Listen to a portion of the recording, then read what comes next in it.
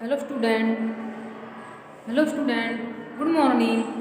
आज हम आपको आहार विज्ञान एवं पोषण में एनर्जी मेटाबॉलिज्म यानी ऊर्जा चयापचय ऊर्जा उपचय में हम आपको कैलोरीमेट्री एक यंत्र के बारे में आपको अध्ययन कराना चाहते हैं। इस यंत्र का आविष्कार अमेरिकन वैज्ञानिक अटवाटर ने किया था। यंत्र है, इस यंत्र का आविष्कार अटवाटर ने किया था। जो कैलोरीमेट्री है यह एक प्रकार का यंत्र है, यानी इस यंत्र के द्वारा व्यक्ति द्वारा उत्पन्न की गई या व्यय की गई ऊर्जा के बारे में हम अध्ययन करते हैं। तो कैलोरीमीटर क्या होता है? कैलोरी यानी ऊर्जा, ऊर्जा को मापने का एक यंत्र कि किस कार्य में कितनी ऊर्जा नष्ट हुई है या कितनी ऊर्जा उत्पन्न हुई है। इस ऊर्जा का मापन हम कैलोरीमेट्री के द्वारा कर सकते हैं। तो कैलोरीमेट्री यंत्र शरीर में उत्पन्न ऊर्जा वह व्यय की गई ऊर्जा को नापना। शरीर में हमारी बॉडी में भोज्य पदार्थ के दौरान कितनी ऊर्जा का तो उत्पादन हुआ, हमें शरीर को ऊर्जा कहाँ से मिलती है? भोज्य पदार्थों से। आप जिस तरह का भोज्य पदार्थ ग्रहण करते हैं आपको उतनी ही मात्रा में एनर्जी मिलती है, ऊर्जा मिलती है। इस ऊर्जा के द्वारा ही हम अपने रोजमर्रा कार्यों को संपन्न करते हैं, यानी कार्य करने की जो क्षमता होती है उसी को ऊर्जा कहा जाता है। तो शरीर में उत्पन्न ऊर्जा वह व्यय की गई कितनी दैनिक कार्य में कितनी ऊर्जा हमने व्यय की है उसका ऊर्जा का नापना या ऊर्जा को मापना वही आपका कैलोरीमेट्री यंत्र का कार्य है। तो यह यंत्र शरीर में उत्पन्न ऊर्जा के बारे में आपको बताता है। तो यह एक पात्र होता है। क्या होता है? एक पात्र। यह एक तावे का पात्र होता है, कमरे नुमा पात्र मानो। तो इसका जो कच होता है 7 फीट लंबा, 4 फीट चौड़ा, 6 सही 1/2 फीट ऊंचा, यानी इस कच में एक व्यक्ति आराम से बैठकर अपनी कार्यों को कर सकता है, जैसे कि पढ़ना है, लिखना है, व्यायाम करना है। इन कार्यों को वो आसानी से इस कक्ष में कर सकता है। इस कक्ष में जो व्यक्ति इन कार्यों को करता है उसकी कितनी ऊर्जा उसने उत्पादित की है, किन कार्यों में कितनी ऊर्जा उसकी खर्च हुई है, व्यय हुई है, उसके बारे में इस यंत्र के द्वारा मापा जाता है। शरीर की क्रियाशीलता को इस यंत्र के द्वारा मापा जाता है। तो अब आपको बताएंगे इसके सिद्धांत। कैलोरीमेट्री के क्या सिद्धांत होते हैं, इस सिद्धांत के बारे में आपको बताएंगे। इसका सिद्धांत है भोज्य पदार्थ का अंतिम जो मुख्य घटक होता है ऊर्जा होता है। जो अंतिम घटक क्या होता है? ऊर्जा होता है। शरीर के सभी कार्यों को संपन्न करने के लिए ऊर्जा की आवश्यकता होती है तथा जो हमें भोजन से प्राप्त होती है। ज्वलन यानी जब किसी वस्तु को हम जलाते हैं, ज्वलन पैदा करते हैं, तो छोटे स्थान पर अधिक ताप उत्पन्न होता है। उसी जगह अगर बड़े स्थान पर हम ज्वलन यानी ऊष्मा देते हैं तो वहाँ पर ताप कम होता है, यानी उसके जो एरिया है क्षेत्रफल के हिसाब से ज्वलन का ताप भी घटता बढ़ता रहता है। तो कैलोरीमेट्री में एक व्यक्ति एक दिन में कितनी ऊर्जा की आवश्यकता होती है, यानी इस पात्र के द्वारा हम यह जांच कर सकते हैं कि कैलोरीमेट्री में एक दिन में व्यक्ति की कितनी ऊर्जा व्यय हुई तथा उसने कितनी ऊर्जा उत्पन्न की। वह ऊर्जा किसी भी माध्यम से उत्पन्न कर सकता है, भोज्य पदार्थों से या किसी अन्य शारीरिक क्रियाओं से भी ऊर्जा को कम या अधिक कर सकता है। तो इस कैलोरीमेट्री में एक अभावबद्ध तावे का कच होता है। कैसा कच होता है? तावे का कच होता है जिसके चारों लकड़ी की दीवारें होती हैं। जो लकड़ी की दीवारें होती हैं एक कुचालक का कार्य करती हैं। कुचालक वो होते हैं जिसमें जो विद्युत प्रवाह है उसका आवागमन नहीं होता है। तो प्रत्यक्ष कैलोरीमेट्री के माध्यम से इसको हम माप सकते हैं। तो इसको प्रत्यक्ष कैलोरीमेट्री है, डायरेक्ट कैलोरीमेट्री है। इसका आविष्कार किया था अटवाटर रोसा बेनेडिक्ट का श्वसन कैलोरीमीटर, इसको अटवाटर रोसा बेनेडिक्ट का श्वसन कैलोरीमीटर भी कहा जा सकता है। इसके माध्यम से व्यक्ति ने श्वसन के दौरान या श्वसन के दौरान होने वाली क्रियाओं को हम माप सकते हैं इस कैलोरीमीटर के माध्यम से। तो ये तावे का पात्र होता है, कैसा होता है, तावे का पात्र होता है। इस कैलोरीमीटर में जिसके चारों लकड़ी की दीवारें होती हैं, यह एक कमरे के समान होता है जिसमें व्यक्ति अपनी आवश्यक क्रियाओं को संचालित कर सकता है। जैसे कि हम घर में रहते हैं, अपने सभी कार्यों को अपने कमरे में करते हैं, उसी प्रकार अटवाटर रोसा बेनेडिक्ट ने यानी अटवाटर वैज्ञानिक ने एक पात्र बनाया है। उस पात्र में व्यक्ति अपनी आवश्यक क्रियाओं को कर सकता है। जैसे उसमें एक पलंग डाल सकते हैं, कुर्सी है, टेबल है आदि को रख सकते हैं, जो व्यक्ति की आवश्यक सामग्री होती है। इस कमरे में भोजन पहुंचाने तथा मलमूत्र को बाहर निकालने के लिए दो छोटे छोटे नलियां होती हैं, यानी भोजन ग्रहण करने के लिए, भोजन ग्रहण करने के बाद जो शारीरिक क्रियाएं होती हैं, मलमूत्र के लिए अलग से नलियां होती हैं जिसके द्वारा मलमूत्र को बाहर निकाला जाता है। इसके चारों तरफ तावे की नलिकाएं होती हैं जिसमें निश्चित मात्रा में पानी भरा रहता है। प्रयोग प्रारंभ करने से पहले जब हम इस कमरे में इस प्रयोग को प्रारंभ करते हैं तो कमरे के बाहर जाने वाले पानी के तापमान को नोट कर लेते हैं। कहने का तात्पर्य है, जब व्यक्ति क्रियाशील होता है, इस कमरे में व्यक्ति की क्रियाशीलता को माप लिया जाता है। व्यक्ति कितना क्रियाशील है, किन कार्यों को किस तरह से करेगा, तो उसके ताप को, उसकी क्रियाशीलता के हिसाब से, उसके कार्यों के हिसाब से कार्य को मापा जाता है। इसमें बाहर जाने वाले पानी का तापमान है, उसका नोट कर लिया जाता है। कमरे में गैस का मीटर है, उसको निश्चित कर लिया जाता है। O2 गैस कितनी प्रभावित हो रही है, CO2 गैस का कितना आवागमन हो रहा है, O2 यानी ऑक्सीजन गैस, CO2 यानी कार्बन डाइऑक्साइड गैस। इसमें व्यक्ति पढ़ना, लिखना, खेलना, सोना, इन सभी शारीरिक गतिविधियों को आसानी से कर सकता है। अब ये नहीं कह सकते इस कमरे में 2 या 3 व्यक्ति को ले आ सकते, नहीं। इस प्रयोग में, इस कमरे में सिर्फ एक ही व्यक्ति को हम प्रयोग के रूप में ले सकते हैं तथा व्यक्ति द्वारा छोड़ी गई ऊष्मा से नलिकाओं में उपस्थित पानी का तापमान, जब हम सांस छोड़ते हैं तो सांस के साथ जो भाप निकलती है, जो सांस निकलती है, उसमें पानी की मात्रा होती है, उस पानी की मात्रा को भी नोट कर लिया जाता है।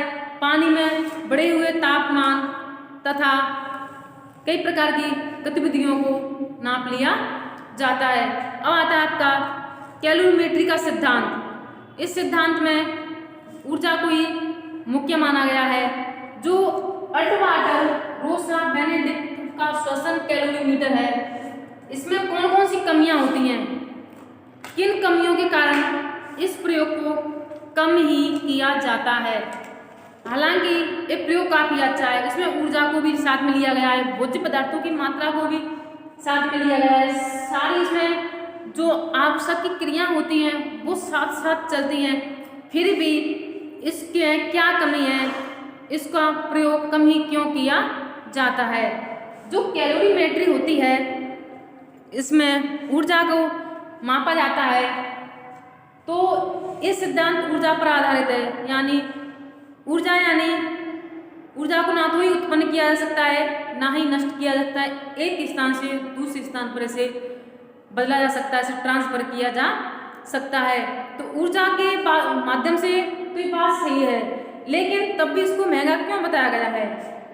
जो प्रत्यक्ष कैलोरीमेट्री है, इसमें तावे का पात्र होता है, एक कमरा होता है, कमरे का जो ऊष्मा का कुचालक होता है, ये एक आरामदायक कमरा होता है। इसमें इस प्रयोग को करने के लिए काफ़ी सारी फॉर्मेलिटी, काफ़ी सुविधाओं को देखा जाता है। इस प्रयोग को करने के लिए काफ़ी समय लगता है, समय के साथ साथ इसमें काफ़ी धन का अपव्यय भी होता है। तो इन बातों से क्लियर होता है, इन बातों से साफ स्पष्ट होता है कि इस कैलोरीमेट्री में, प्रत्यक्ष कैलोरीमेट्री में, अटवाटर रोसा बेनेडिक्ट श्वसन कैलोरीमीटर में, क्योंकि यह प्रयोग काफ़ी महंगा है। क्या है इसकी पहली कमी, क्या है, यह काफ़ी महंगा प्रयोग है, काफ़ी महंगा प्रायोगिक कार्य है। नंबर 1। नंबर 2, यह इस प्रयोग करने वाले व्यक्ति का काफी समय खराब होता है। इस प्रयोग को करने के लिए प्रशिक्षित जो ट्रेनर होता है उसकी आवश्यकता होती है। एक प्रशिक्षित गाइड करने वाला होना चाहिए, वो हमें उपलब्ध नहीं हो पाता है। नेक्स्ट है इसका, इस प्रयोग को करने के लिए व्यक्ति की प्रतिक्रियाशीलता को ध्यान में रखते हुए उसको नापा जाता है, लेकिन इसको हम इन सभी चीज़ों को व्यक्ति नहीं कर सकता है, क्योंकि ये क्रिया यथार्थ रूप से इनको हम सही नहीं कर सकते हैं। तो अटवाटर रोसा बेनेडिक्ट की यही कमियां हैं। इसमें करने के लिए व्यक्ति को कई घंटों तक उस कमरे में बंद रहना पड़ता है। आप भी कोई सामान्य कार्य करते हैं, नहाते हैं, व्यायाम करते हैं, अन्य कोई अध्ययन कार्य करते हैं, तो किसी न किसी कार्य करने के लिए कुछ ना कुछ समय अवश्य लगता है। लेकिन जब व्यक्ति इस प्रयोग को करता है तो उसको काफी समय लगता है, यानी प्रयोग करने वाले व्यक्ति को घंटों तक उस कमरे में रहना पड़ता है तथा उसकी देखभाल के लिए इस प्रयोग को कराने वाला व्यक्ति भी उसकी देखरेख करता है। तो इन बातों को स्पष्ट कह सकते हैं कि यह प्रयोग कार्य काफी महंगा है। यह इसकी प्रमुख कमियां मानी जाती हैं। अब इसमें आता है आपका श्वसन गुणांक। इस श्वसन गुणांक होता क्या है? श्वसन गुणांक यानी श्वास, रेस्पिरेटरी कोशेंट, व्यक्ति द्वारा ग्रहण की गई ऑक्सीजन तथा निकाली गई कार्बन डाइऑक्साइड O2 CO2 का जो आयतन होता है वही आपका श्वसन गुणांक होता है। इस श्वसन गुणांक के द्वारा व्यक्ति द्वारा ग्रहण की गई ऑक्सीजन तथा श्वसन की क्रिया को माप सकते हैं। तो श्वसन गुणांक क्या होता है? निकाली गई CO2 का अनुपात, यानी कितने समय में कितनी CO2 निकाली गई तथा कितनी ऑक्सीजन उसने ग्रहण की। तो इसमें श्वसन गुणांक को भी काफी महत्व दिया गया है। आपका जो श्वसन गुणांक होता है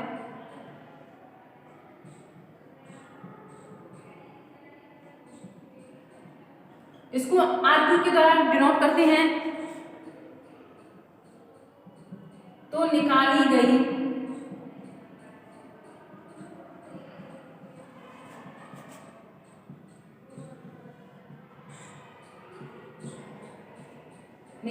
CO2 का आयतन,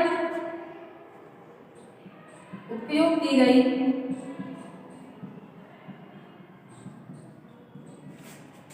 O2 का आयतन, यानी इसमें श्वसन के दौरान O2 CO2 का ग्रहण करना ही श्वसन गुणांक कहलाता है। कहने का तात्पर्य है जो श्वसन गुणांक है इसका RQ के द्वारा डिनोट करते हैं। हम सांस लेते हैं, सांस निकालते हैं, तो सांस लेने के लिए हम O2 गैस का प्रयोग करते हैं, ऑक्सीजन गैस का। जब सांस ग्रहण करते हैं, ग्रहण करने के साथ साथ हम सांस को निकालते भी हैं तो CO2 गैस निकलती है। तो यानी निकाली गई CO2 का आयतन, उपयोग की गई O2 का आयतन। O2 गैस जो ऑक्सीजन गैस होती है, ऑक्सीजन गैस को प्राणवायु भी कहा जाता है,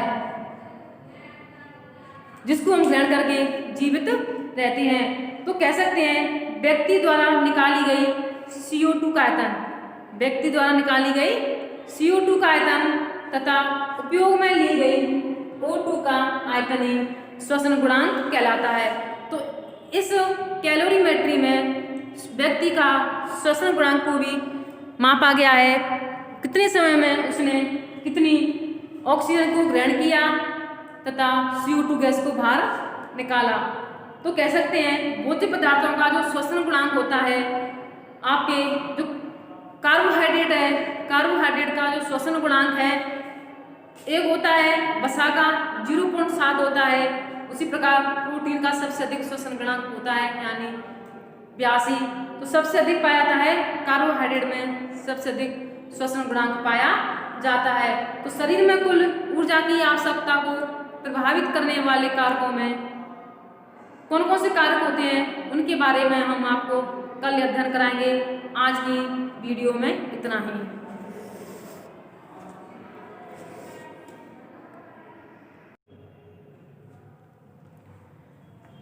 हेलो स्टूडेंट, गुड मॉर्निंग। कल पिछली वीडियो में हमने आपको एनर्जी मेटाबॉलिज्म के बारे में आपको विस्तृत रूप से बताया था। आज हम पढ़ेंगे भोज्य पदार्थों के ऊर्जा मूल्य निर्धारण। भोज्य पदार्थों का ऊर्जा मूल्य निर्धारण किस प्रकार किया जाता है तथा मूल्य निर्धारण क्यों आवश्यक होता है।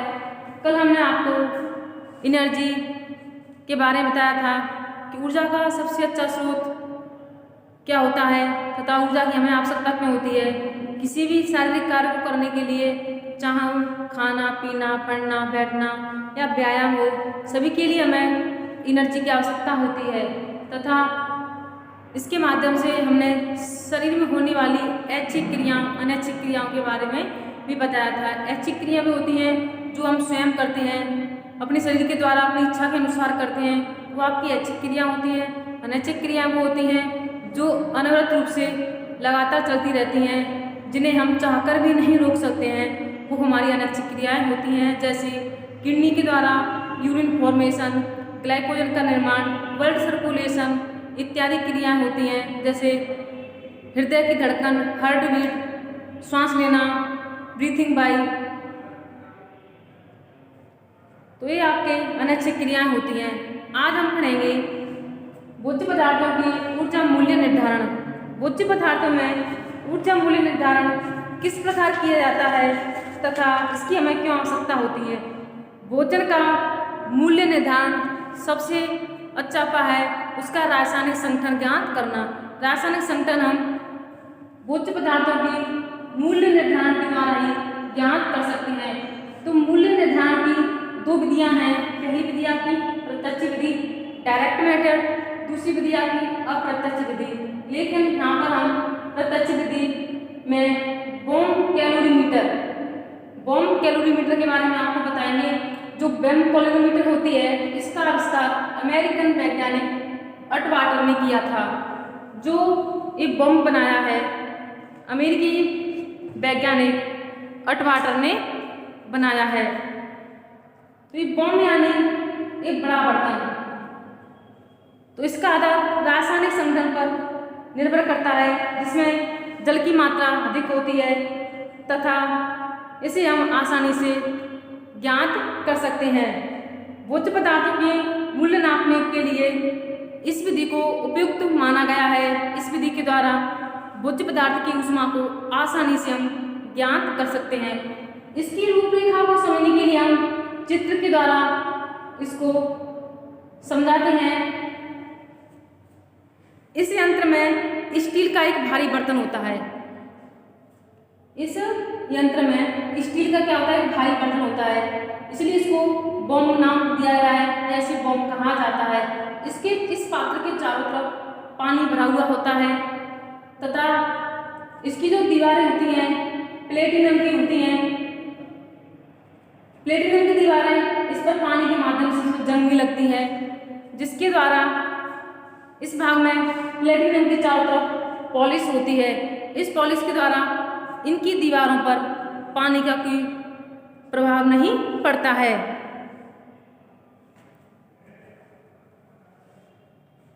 इसमें एक पेचदार ढक्कन होता है तथा इसकी सहायता से हम ढक्कनों को अच्छी तरह कसकर बंद कर देते हैं।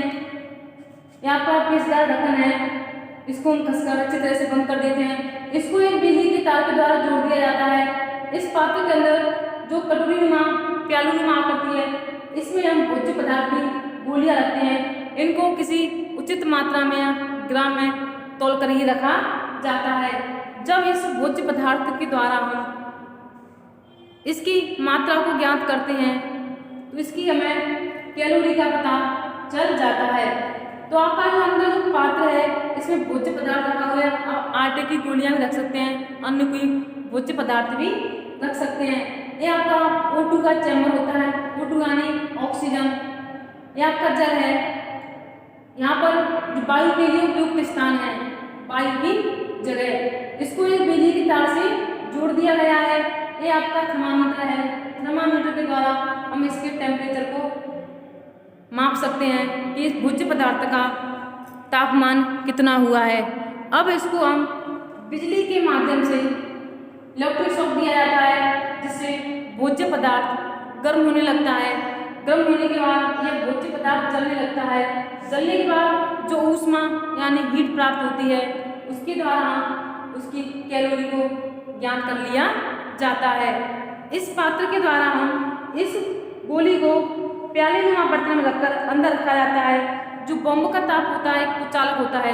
कुचालक पदार्थ वो होते हैं जिसमें विद्युत धारा का प्रवाह नहीं होता है। सुचालक पदार्थ वो होते हैं जिसमें विद्युत धारा का प्रवाह होता है। जो एक पात्र है ये चारों तरफ से कुचालक होता है, लेकिन जो प्याले की जो नलियां हैं इसको बिजली की तार के द्वारा जोड़ दिया जाता है। बम कुचालक होता है, इसके ढक्कन पर एक कपाट लगा होता है, इसमें O2 को प्रवेश कराया जाता है। बम कैप्सूल में O2 का दबाव धीरे धीरे बढ़ने लगता है। जो ऑक्सीजन गैस होती है जलने में सहायक होती है, और O2 का दबाव बढ़ेगा तो जो भोज्य पदार्थ जलने लगेगा। जलने के बाद इसमें ऊष्मा निकलने लगती है। उस ऊष्मा को हम नाप लिया जाता है तथा उसकी कैलोरी को माप लिया जाता है। इस प्रकार एक निश्चित मात्रा में भोज्य पदार्थ की ऑक्सीकरण की मात्रा को संपूर्ण ताप के लिए उत्पादित किया जाता है तथा ऊष्मा भोज्य पदार्थ वाले बर्तन बाहर उपस्थित जल द्वारा ग्रहण कर ली जाती है, और इसके इस तापमान में जल में जो थर्मामीटर लगा हुआ होता है, इस थर्मामीटर के नाप को पढ़ लिया जाता है। यह आपका बम कैलोरीमीटर है जिसको हमने चित्र के द्वारा आपको बताया है।